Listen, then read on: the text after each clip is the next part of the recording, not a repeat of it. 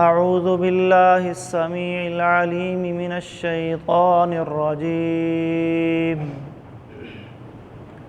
من ہمزہ ونفخہ ونفثہ لقد جاءکم رسول من انفسکم عزیز علیہ ما عنتم حریص علیکم بالمؤمنین رؤوف رحیم فَإِن تَوَلَّوْا فَقُلْ حَسْبِيَ اللَّهُ لَا إِلَهَ إِلَّا هُوَ عَلَيْهِ تَوَكَّلْتُ وَهُوَ رَبُّ الْعَرْشِ الْعَظِيمِ قال النبي صلى الله عليه وآله وسلم آتی باب الجنة فأستفتح فيقول الخازن من أنت فأقول محمد صلى الله عليه وسلم فيقول بك أمرت ألا أفتح لأحد قبلك رواہ مسلم۔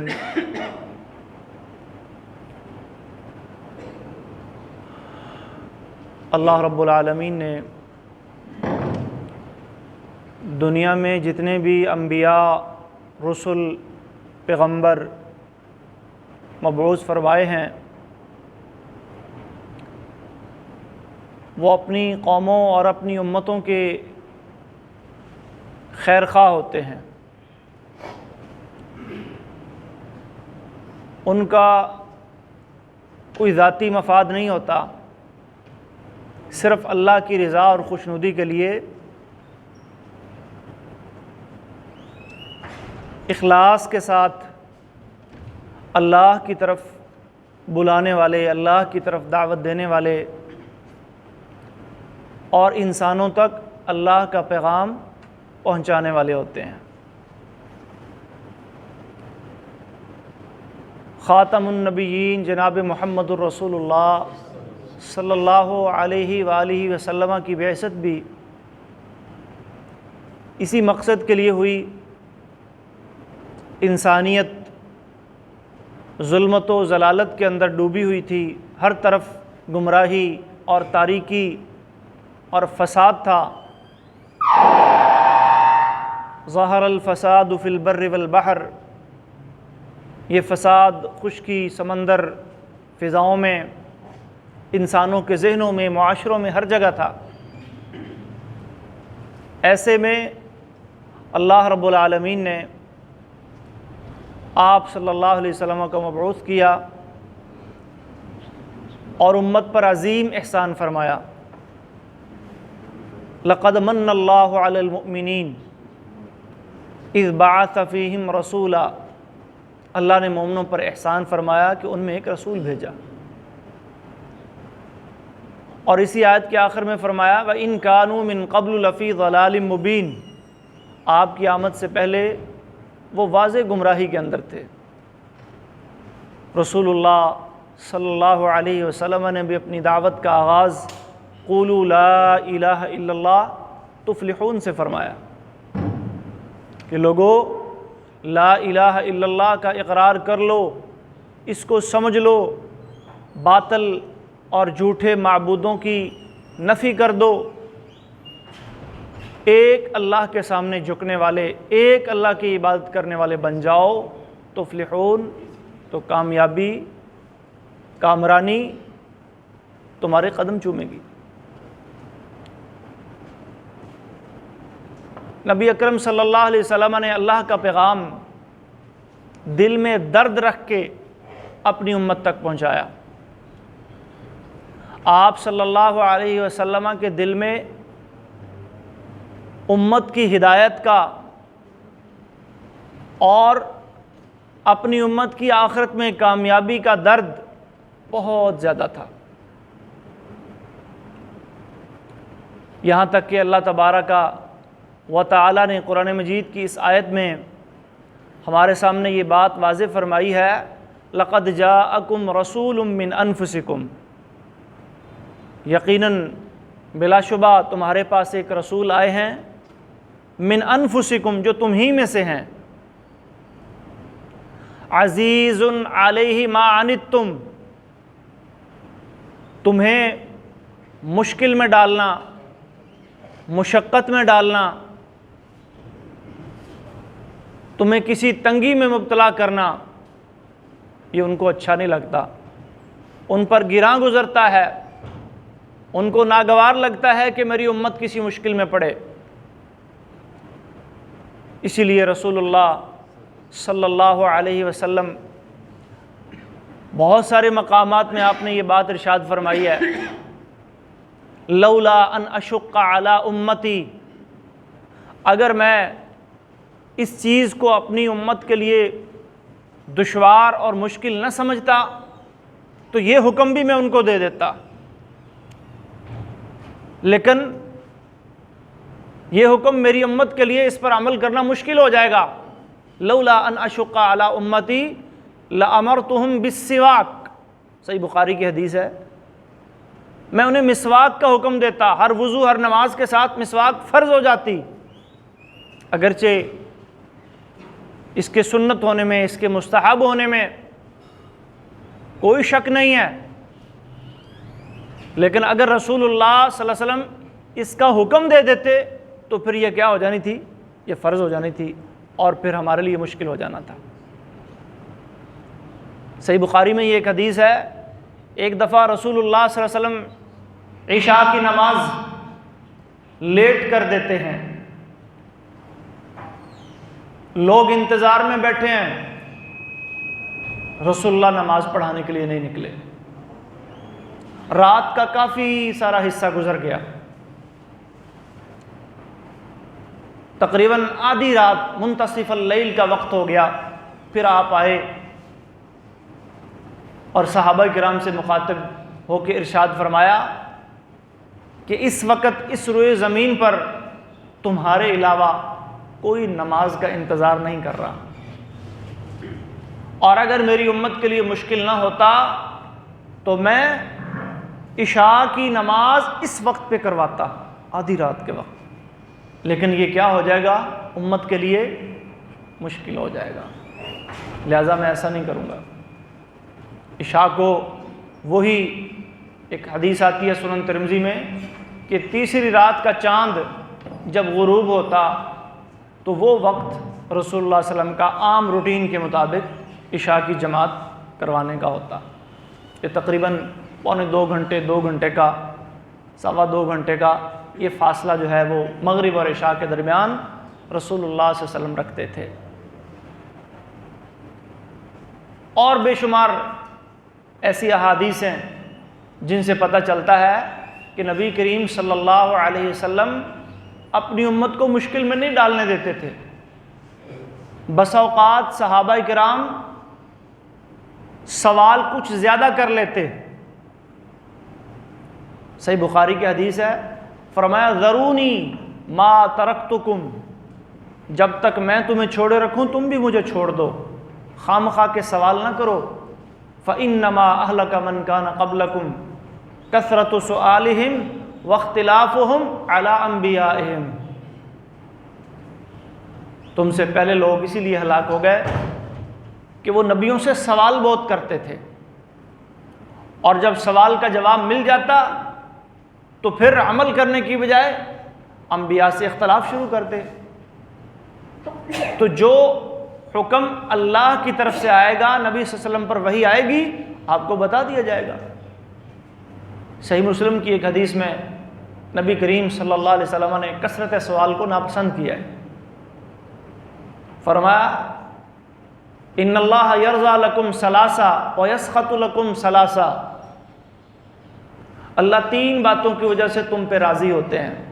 یرضی لکم ان تعبدوہ ولا تشرکوا بہ شیئا، پہلی بات کہ تم اس کی بندگی کرو، اس کے ساتھ کسی کو شریک نہ بناؤ۔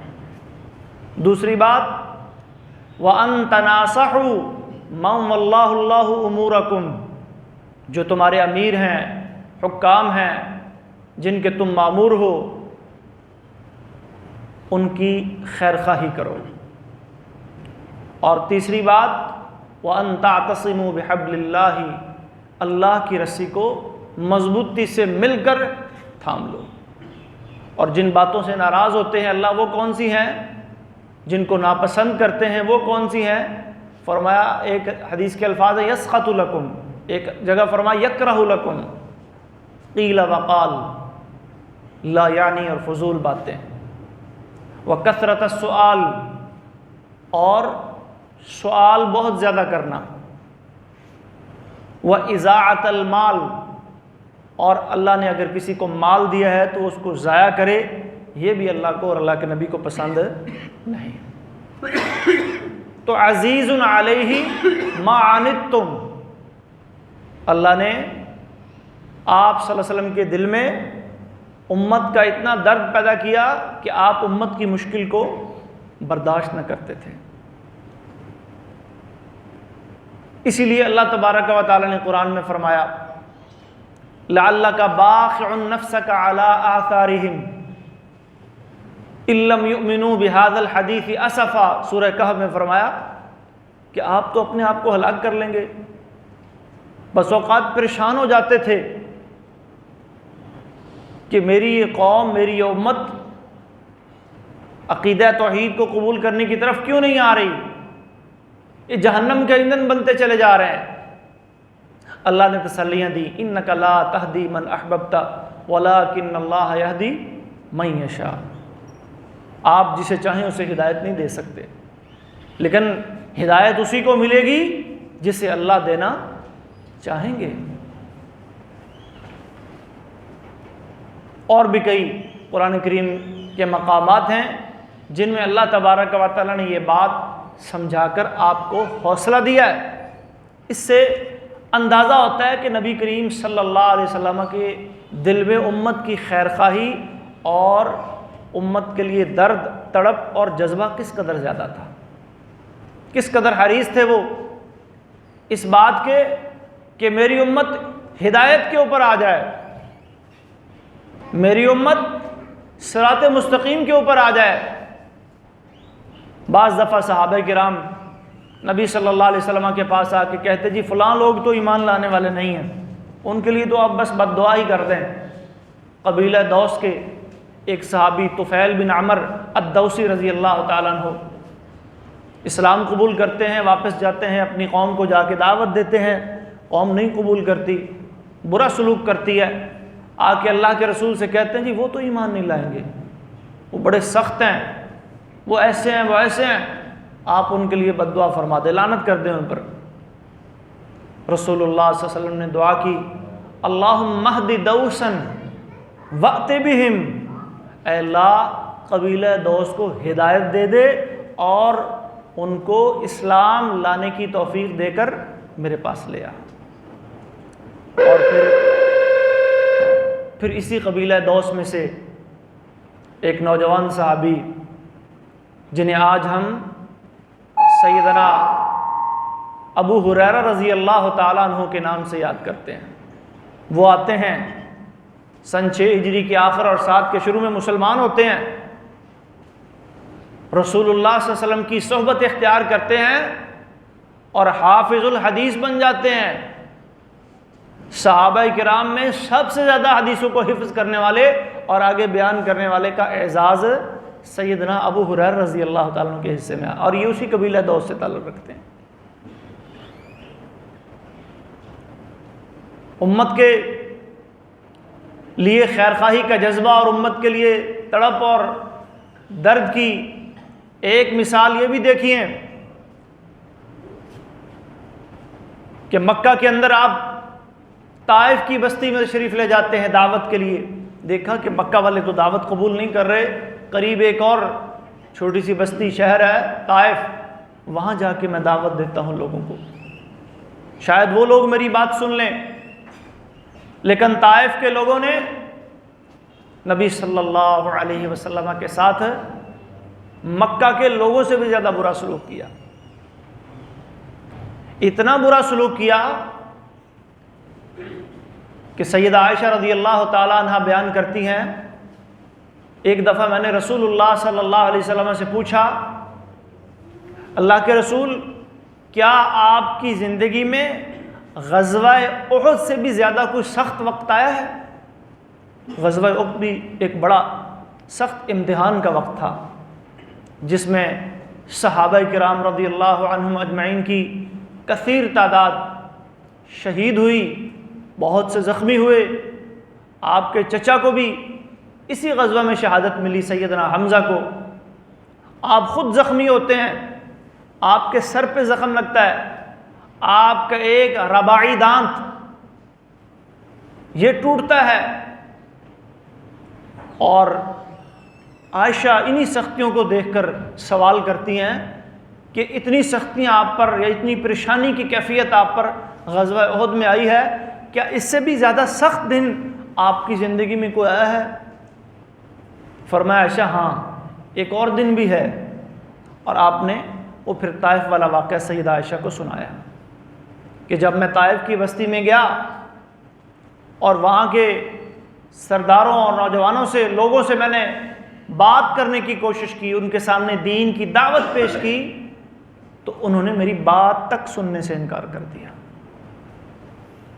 وہاں کے اوباش نوجوانوں کو میرے پیچھے لگا دیا، وہ مجھ پہ آوازیں کستے تھے، میرا مذاق اڑاتے تھے، انہوں نے مجھ پر طائف کی بستی میں پتھر برسائے، جسم مبارک سے لہو بہنے لگ گیا۔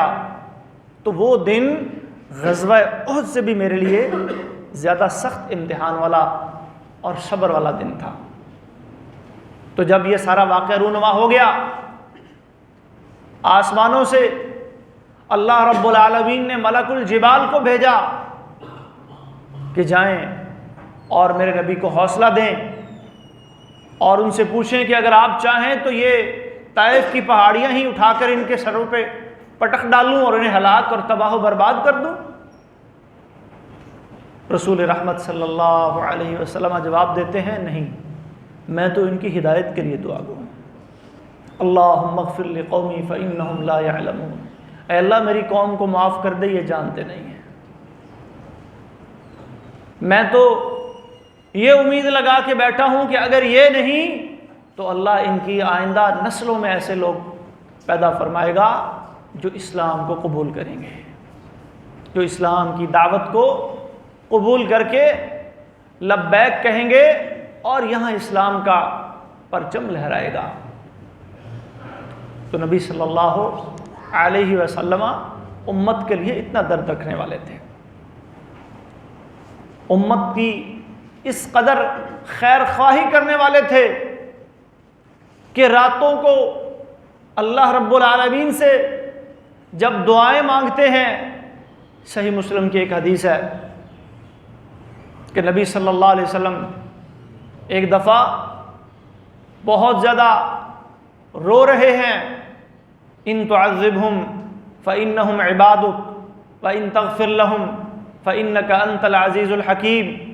یہ آیت اترتی ہے، اس کی تلاوت کرتے ہیں اور اللہ سے اللہم امتی اللہم امتی اللہم امتی یہی سوال کیے جا رہے ہیں، اللہ میری امت، اللہ میری امت، اللہ میری امت۔ کہ عیسیٰ ابن مریم نے تو یہ کہہ دیا کہ اللہ تیرے بندے ہیں، تو عذاب دینا چاہتا ہے عذاب دے لے، تو معاف کرنا چاہتا ہے معاف کر دے، لیکن اللہ میں تجھ سے کیا دعا کرتا ہوں، اللہ میری امت ہے، تو انہیں معاف کر دے، تو انہیں ہدایت کا کیا دکھا دے۔ نام لے لے کے اللہ کے نبی نے دعائیں مانگی ہیں۔ آپ جانتے ہیں نا، حضرت عمر بن خطاب رضی اللہ تعالیٰ عنہ کا باقاعدہ نام لے کر اللہ کے نبی نے دعا کی ہے کہ اللہ کہ عمر بن خطاب یا عمر بن ہشام، یہ ابو جہل کا نام تھا، یہ مکہ کے بڑے سرداروں میں سے تھے اور جری دلیر اور نڈر دونوں سردار تھے اپنے دور کے۔ اللہ ان میں سے جو بندہ تجھے زیادہ پسند ہے اللہ اس کو اسلام کی توفیق دے دے، اسلام مضبوط ہو جائے، مسلمان کمزور ہیں۔ اللہ کو حضرت عمر پسند تھے تو اللہ تبارک و تعالیٰ نے سیدنا عمر رضی اللہ تعالیٰ عنہ کو اسلام کی توفیق عطا فرمائی۔ ابو جہل کے نصیب میں ہدایت نہیں تھی، اسلام کی توفیق نہیں تھی، وہ کفر پہ ڈٹا رہا، اسلام کے خلاف محاذ بنا کے کھڑا رہا، یہاں تک کہ غزوہ بدر میں مارا گیا۔ نبی صلی اللہ علیہ وسلم امت کے لیے کس قدر دعاگو رہتے تھے۔ صحیح ابن حبان میں ایک حدیث آتی ہے، سیدہ عائشہ رضی اللہ تعالیٰ عنہ بیان کرتی ہیں، ایک دفعہ نبی صلی اللہ علیہ وسلم میرے پاس تشریف لائے، میں نے دیکھا کہ آج بڑے خوش ہیں، طبیعت میں اور مزاج میں نے خوشی کے آثار دیکھے، تو میں نے رسول اللہ صلی اللہ علیہ وسلم سے دعا کی درخواست کر دی کہ میرے لیے دعا فرما دیں۔ تو رسول اللہ صلی اللہ علیہ وسلم نے دعا کی، اللہم اغفر لعائشہ ما تقدم من ذنبها وما تأخر، اے اللہ عائشہ کے اگلے گناہ اور پچھلے گناہ سب معاف کر دے، وما اسرت وما اعلنت، اللہ اس سے جو غلطیاں علی الاعلان ہوئی ہیں، اللہ تنہائیوں میں ہوئی ہیں، چھپ چھپا کے ہوئی ہیں، اللہ ساری معاف کر دے۔ عائشہ رضی اللہ تعالیٰ عنہ نے جب یہ دعا سنی تو بڑی خوش ہوئیں اور ہنسنے لگیں، ہنستے ہنستے لوٹ پوٹ ہونے لگیں۔ تو رسول اللہ نے عائشہ کی خوشی دیکھ کر پوچھا کہ کیا آپ کو یہ دعا سن کے خوشی ہوئی ہے؟ عائشہ تمہیں یہ دعا سن کے خوشی ہوئی ہے؟ اللہ کے رسول خوشی کیوں نہ ہو، آپ کی زبان مبارک سے میرے لیے یہ دعا نکل گئی ہے، خوشی تو مجھے ہوگی۔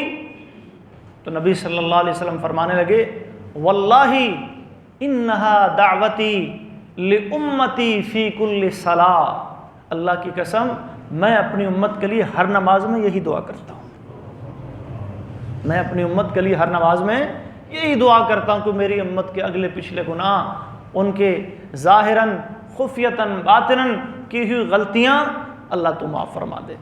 اس قدر درد امت کا اور اس قدر شفیق امت کے لیے جناب محمد الرسول اللہ صلی اللہ علیہ وسلم تھے۔ خیر خواہی ایسی،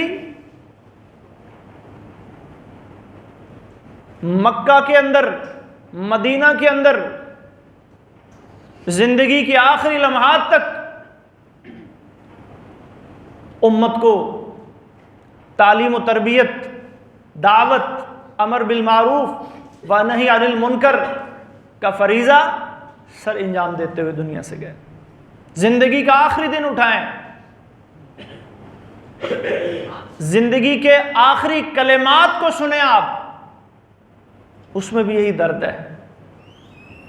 آخری دن فجر کی نماز، صحیح بخاری کے اندر واقعہ آتا ہے آخری دن کا، فجر کی نماز کے وقت پردہ ہٹایا، کمزوری اور نقاہت تھی، نماز کے لیے باہر نہ آ سکے، پردہ ہٹا کے دیکھا، کیونکہ آپ سیدہ عائشہ کے حجرے میں تھے اور اس کا دروازہ مسجد میں کھلتا تھا۔ صحابہ کرام فجر کی نماز میں جماعت کے اندر ہیں، دیکھ کے مسکرائے اور پھر پردہ گرا دیا، اور پھر ام سلمہ رضی اللہ تعالی عنہ بیان کرتی ہیں آخری وصیت جو امت کو کی، الصلاۃ الصلاۃ وما ملکت ایمانکم وما ملکت ایمانکم، لوگوں نماز کا خیال رکھنا، لوگوں نماز کا خیال رکھنا، یہ بہت ضروری چیز ہے۔ بین الرجل و بین الکفر والشرک ترک الصلاۃ، یہ مسلمان اور کافر کے درمیان فرق کرنے والی چیز ہے۔ عقیدہ اور ایمان کے بعد سب سے پہلا سوال جو اللہ رب العالمین کی بارگاہ میں بندے سے پوچھا جائے گا وہ نماز کا پوچھا جائے گا۔ ان اول ما یحاسب به العبد یوم القیامۃ من اعماله الصلاۃ، یہ بہت ضروری چیز ہے۔ ہر مسلمان عاقل بالغ مرد و عورت پر دن میں 5 نمازیں، 5 صلوات افترضہن اللہ علی العباد، یہ فرض کی اللہ نے، ان میں کوئی رخصت، کوئی چھوٹ، آسانیاں ہیں بیماری کی حالت میں، سفر کی حالت میں، لیکن رخصت کسی کو نہیں ہے، چھوٹ کسی کو نہیں ہے، معافی کسی کو نہیں ہے۔ صحیح بخاری میں ہی ایک واقعہ ہے، نبی صلی اللہ علیہ وسلم کی بیماری جب شدت اختیار کر گئی، نماز کے لیے اٹھنے لگے نقاہت سے نیچے بیٹھ گئے، گر گئے، کہا مجھے نہلاؤ، میرے اوپر پانی ڈالو، شاید میری طبیعت کچھ بہتر ہو جائے۔ لوگوں نے، امہات المومنین نے پانی اکٹھا کیا اور ڈالا، غسل دیا آپ کو، پھر اٹھنے لگے، پھر نقاہت طاری ہوئی، بے ہوش ہو گئے۔ تھوڑا سا افاقہ آیا، ہوش آیا، نماز ہو گئی ہے، جماعت ہو گئی ہے؟ نہیں رسول اللہ، لوگ آپ کا انتظار کر رہے ہیں۔ 3 مرتبہ ایسا ہوا۔ رسول اللہ اٹھنے لگتے ہیں، کمزوری اور نقاہت سے گر پڑتے ہیں، تھوڑی دیر کے لیے غنود کی طاری ہو جاتی ہے، پھر ہوش آتا ہے، افاقہ ہوتا ہے، پوچھتے ہیں جماعت ہو گئی، نماز ہو گئی؟ نہیں، آپ کا انتظار ہو رہا ہے، صحابہ آپ کا انتظار کر رہے ہیں۔ چوتھی بار فرمایا مرو ابا بکر فلیصلی بالناس، میں نہیں جا سکتا، ابو بکر کو حکم دو کہ وہ لوگوں کو جماعت کروائے۔ پھر ابو بکر رضی اللہ تعالیٰ عنہ مصلی پہ چڑھتے ہیں، اور آپ کے بعد جو پہلی جماعت کی امامت کروائی جاتی ہے وہ اسی واقعے کے بعد ہوتی ہے، اور پہلے امام آپ کے بعد جو مقرر کیے جاتے ہیں وہ ابو بکر صدیق رضی اللہ تعالیٰ عنہ ہی تھے۔ اتنی خیر خواہی، اتنی تڑپ، اتنا درد امت کے لیے۔ عزیز علیہ ما عنتم حریص علیکم بالمؤمنین رؤوف الرحیم، مومنوں کے لیے بڑے شفیق، بڑے مہربان۔ اچھا، یہ نہیں پھر صرف آخرت کے معاملات میں، دنیا کے معاملات میں بھی امت کا خیال، صحابہ کرام کے حالات سے آگاہی حاصل کرنا، حال احوال پوچھنا۔ ایک معروف صحابی کا واقعہ آپ نے سنا ہوگا، جس نے آ کے اپنے معاشی حالات آپ کو بتائے، پوچھا تیرے گھر میں کیا ہے؟ کہنے لگا جی ایک پیالہ ہے، ایک چادر ہے، اور تو کچھ نہیں ہے۔ منگوایا، اس کو فروخت کیا، اور فاس ایک کلہاڑا خرید کے آپ کو دیا، آپ نے ان کو دیا، کہا جاؤ محنت کرو، جنگل میں جاؤ، لکڑیاں لے کے آؤ، ان کو بیچو۔ ایک دفعہ ایک صحابی گزرے تو ایک صحابی نے بکری ذبح کی ہوئی تھی، اور وہ اس کی کھال اتار رہا تھا، تو دیکھا کہ اس کو طریقہ نہیں آ رہا، اس کو صحیح کھال اتارنی۔ کہنے لگے پیچھے ہٹو، چلو میں بتاتا ہوں آپ کو۔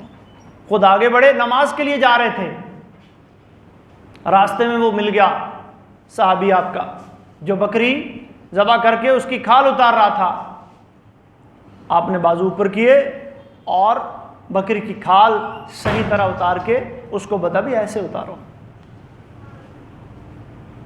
گھر میں ہوتے تو امہات المومنین کے ساتھ روزمرہ کے جو گھر کے کام کاج ہوتے ہاتھ بٹاتے، باہر ہوتے تو اپنی امت کا خیال کرتے، ایک ایک فرد کا درد محسوس کرتے، فلاں نہیں آیا آج، فلاں کہاں ہے۔ ایک صحابی اپنے ساتھ ایک بچے کو لاتا اور رسول اللہ صلی اللہ علیہ وسلم کی مجلس میں بیٹھتا۔ ایک دفعہ رسول اللہ نے پوچھا ہاں بھائی یہ بیٹا ہے؟ جی ہاں یہ میرا بیٹا ہے۔ پیار ہے، محبت ہے اس سے؟ جی اللہ کے رسول بڑا پیار ہے۔ کچھ دن ہو گئے تو دیکھا کہ وہ صحابی نظر نہیں آ رہا، پوچھا کیا ہوا، وہ بچے والا صحابی کہاں ہے؟ لوگوں نے بتایا جی اس کا بچہ فوت ہو گیا ہے اور وہ بڑا غمگین ہے اور گھر میں ہے اور آج کل نہیں آ رہا۔ رسول اللہ صلی اللہ علیہ وسلم اس کے گھر تشریف لے گئے، خبر گیری۔ یہ چیزیں اس لیے میں اپنے آپ کو اور آپ کو سنا رہا ہوں کہ ہم بھی ان چیزوں کو اپنائیں۔ رسول اللہ صلی اللہ علیہ وسلم کی زندگی ہمارے لیے بہترین نمونہ ہے۔ اپنے ارد گرد، اپنے قرب و جوار میں، اپنے عزیز و اقارب میں، اپنے ساتھ کھڑے ہو کے، اپنی مسجد میں کھڑے ہو کے اپنے ساتھ پڑھنے والے نمازیوں کے بارے میں، ساتھیوں کے بارے میں یہ رویہ ہمارا بھی ہونا چاہیے۔ فلاں نہیں آ رہا، پوچھیں کیا حال ہے اس کا، اسے کوئی مسئلہ تو نہیں، اسے کوئی پریشانی تو نہیں ہے۔ جب اس کے گھر تشریف لے گئے، وہ ملا، حال احوال پوچھے، کہنے لگا جی دل کی کیفیت عجیب سی ہے، اب باہر نکلنے کو دل نہیں کرتا۔ رسول اللہ حوصلہ دیتے ہوئے فرمانے لگے کیا تجھے یہ پسند نہیں کہ جب تو دنیا سے جائے تو تیرا بیٹا جنت پہ تیرے استقبال کے لیے کھڑا ہو؟ تجھے اچھا نہیں لگتا؟ میں نے کہا جی یہ تو بڑی بات ہے، اگر میرا بیٹا میرے لیے ذخیرہ آخرت بن جائے گا اور مجھے جنت میں لے جانے کا ذریعہ بن جائے گا، یہ تو بہت بڑی بات ہے۔ فرمایا ایسے ہی ہوگا، ایسے ہی ہوگا۔ تیرا جو بیٹا ہے وہ جب تو دنیا سے جائے گا وہ تیرے لیے فرت، حدیث کے الفاظ ہیں، فرت بن جائے گا۔ فرت کا معنی پیش رو، آگے جانے والا۔ بچے کا جب ہم جنازہ پڑھتے ہیں نا دعا کرتے ہیں اللہم اجعلہ لنا فرطا، یہ فرت کا معنی یعنی ہم سے ہمارا پیش رو بنا دے اللہ۔ وسلفا وزخرا واجرا، نبی صلی اللہ علیہ وسلم کے بھی 3 بیٹے فوت ہوئے بچپن میں۔ چھوٹے بچوں کی وفات کا صدمہ بہت زیادہ ہوتا ہے۔ نبی صلی اللہ علیہ وسلم نے فرمایا کہ جس مسلمان کے 3 بچے فوت ہو گئے اور اس نے ان پر صبر کیا، ایک حدیث میں آتا ہے جہنم کی آگ نہیں چھوئے گی، ایک میں آتا ہے کہ وہ جنت میں داخل ہوگا۔ صحابی نے پوچھا جی اگر کسی کے 2 فوت ہیں؟ فرمایا 2 بھی کریں گے انشاءاللہ، بشرطے کہ بندہ صبر کرے اور اللہ سے اجر کی امید رکھے۔ تو یہ جذبہ تھا، یہ درد تھا نبی کریم صلی اللہ علیہ وسلم کا اپنی امت کے لیے۔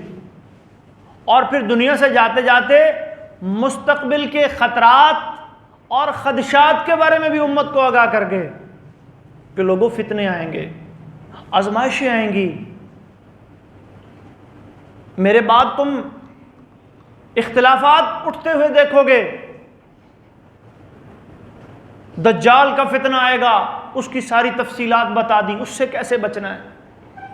یاجوج ماجوج کا فتنہ آئے گا، اس سے کیسے بچنا ہے۔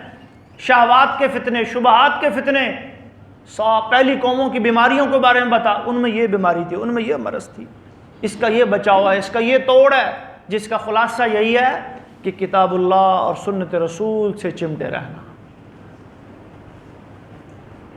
گمراہیوں سے بچ جاؤ گے، بدعات سے اپنے آپ کو بچا کے رکھنا، سنت کے ساتھ تمسک اختیار کر، سنت سے جڑو گے تو بدعت سے بچ پاؤ گے، اگر بدعت کے راستے پہ چل پڑے تو پھر سنت ہاتھ سے نکل جائے گی۔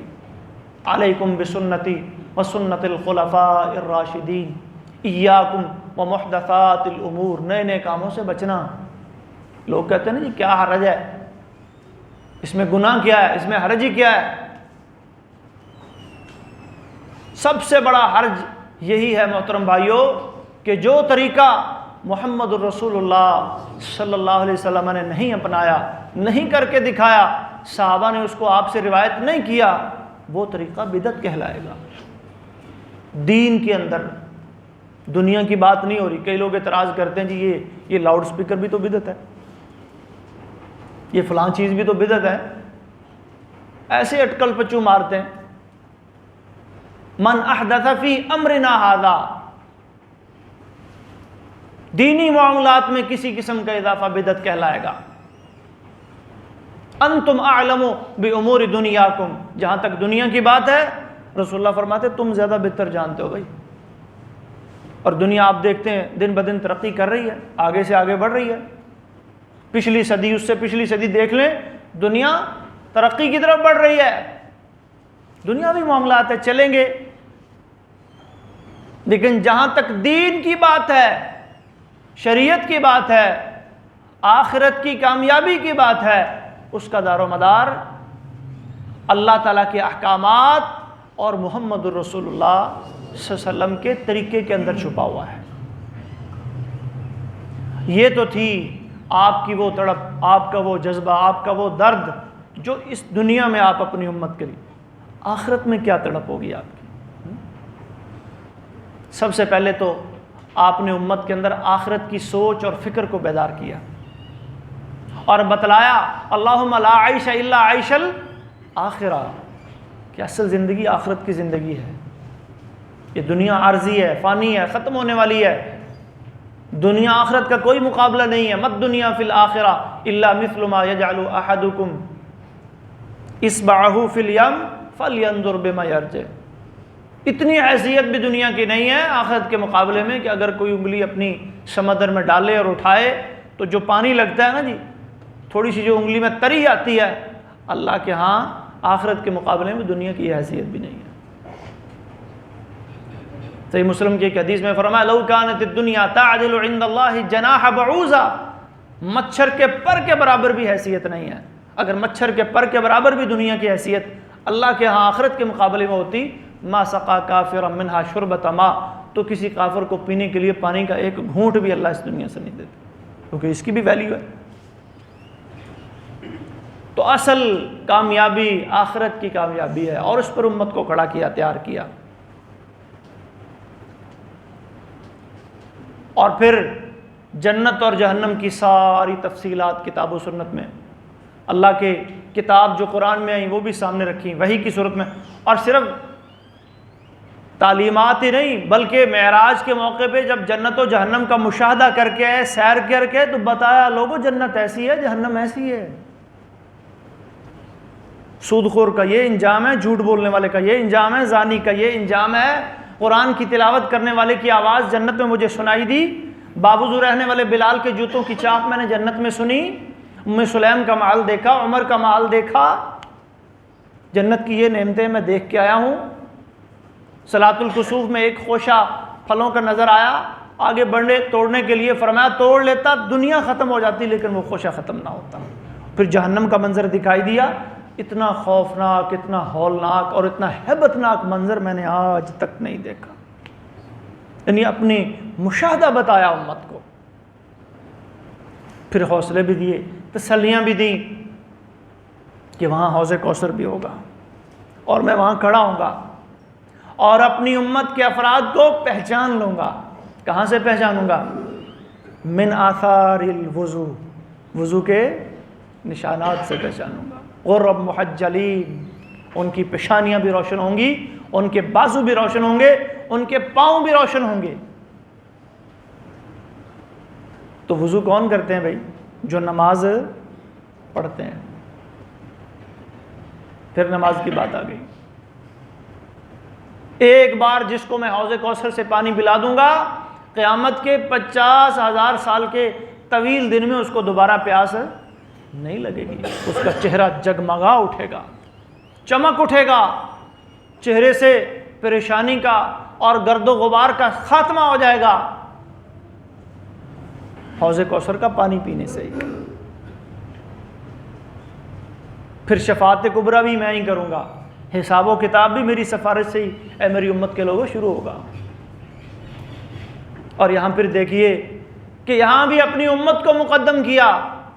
اللہ نے جو دعا دی تھی قبولیت والی کہ اللہ ہر نبی کو دیتا ہے، محمد الرسول صلی اللہ علیہ وسلم کو بھی یہ دعا ملی، لیکن آپ نے اپنی دعا دنیا میں نہیں مانگی، نہ اپنے لیے، نہ اپنے گھر والوں کے لیے، نہ اپنے عزیز و قارب، کسی کے لیے نہ مانگی۔ ترجیح کس کو دی؟ امت کو۔ انی اختبات دعوتی شفاعۃ لامتی یوم القیامہ، میں نے اپنی دعا قیامت کے روز اپنی امت کی شفاعت کے لیے چھپا کے رکھ لی۔ پل صراط پہ کھڑے ہوں گے، رب سلم رب سلم، جنت کھلوانے کی باری آئے گی۔ صحیح مسلم کی حدیث ہے، آتی باب الجنہ، میں جنت کے دروازے پہ آؤں گا، دروازہ کھٹکھٹاؤں گا، اندر سے پوچھنے والا پوچھے گا کون؟ میں جواب دوں گا، نام بتاؤں گا، میں محمد ہوں صلی اللہ علیہ وسلم۔ جواب آئے گا یہ دروازہ آپ سے پہلے کسی کے لیے کھلنا بھی نہیں تھا۔ اور سب سے پہلے کون جائے گا؟ میری امت کے افراد۔ سب سے پہلے حساب و کتاب کس کا شروع ہوگا؟ میری امت کے افراد کا۔ سب سے زیادہ جنت میں جانے والوں کی تعداد کن کی ہوگی؟ میری امت کے افراد کی ہوگی۔ اور پھر گنہگاروں کی شفاعت بھی فرمائیں گے۔ ایسے ایسے عصات جو موحدین ہوں گے، عقیدہ توحید کے اوپر قائم ہوں گے، ایمان والے، رائی کے دانے کے برابر خواہ ان کے دلوں میں ایمان ہوگا، لیکن ان کی کچھ خطائیں ہوں گی، ان کی کچھ غلطیاں ہوں گی، ان کے کچھ گناہ ہوں گے، جن کی وجہ سے وہ اپنی سزا پانے کے لیے کچھ عرصہ جہنم میں جائیں گے۔ وہاں سے بھی رسول اللہ صلی اللہ علیہ وسلم کی شفاعت کے ذریعے ان کو نکال کر دوبارہ جنت میں لایا۔ محترم بھائیو، رسول اللہ تو ہمارے لیے اتنا درد رکھیں، اتنے شفیق ہوں، اتنی تڑپ رکھیں، سوچنے کی بات ہے کہ میں اپنے پیارے نبی صلی اللہ علیہ وسلم کے بارے میں کیا جذبات رکھتا ہوں۔ لقد کان لکم فی رسول اللہ اسوۃ حسنہ، جس کی زندگی کو اللہ تبارک و تعالی نے میرے اور آپ کے لیے بہترین نمونہ بنایا۔ کیا میں اس نمونے پہ چل رہا ہوں، اس نقش قدم پہ چل رہا ہوں؟ اصل کرنے کا کام یہ ہے۔ اللہ مجھے اور آپ کو عمل کی توفیق عطا فرمائے، سنت کے راستے پہ چلتے ہوئے اور بدعات سے بچتے ہوئے اللہ تبارک و تعالی ہمیں یہ زندگی گزارنے کی توفیق دے، اور جب زندگی کے آخری لمحات ہوں تو کلمے والی موت اللہ تبارک و تعالی نصیب فرمائے۔ ایمان والی زندگی اور ایمان والی موت یہ بہت بڑی نعمت ہے، اللہ تبارک و تعالی استقامت عطا فرمائے۔ وآخر دعوانا ان الحمد للہ رب العالمین۔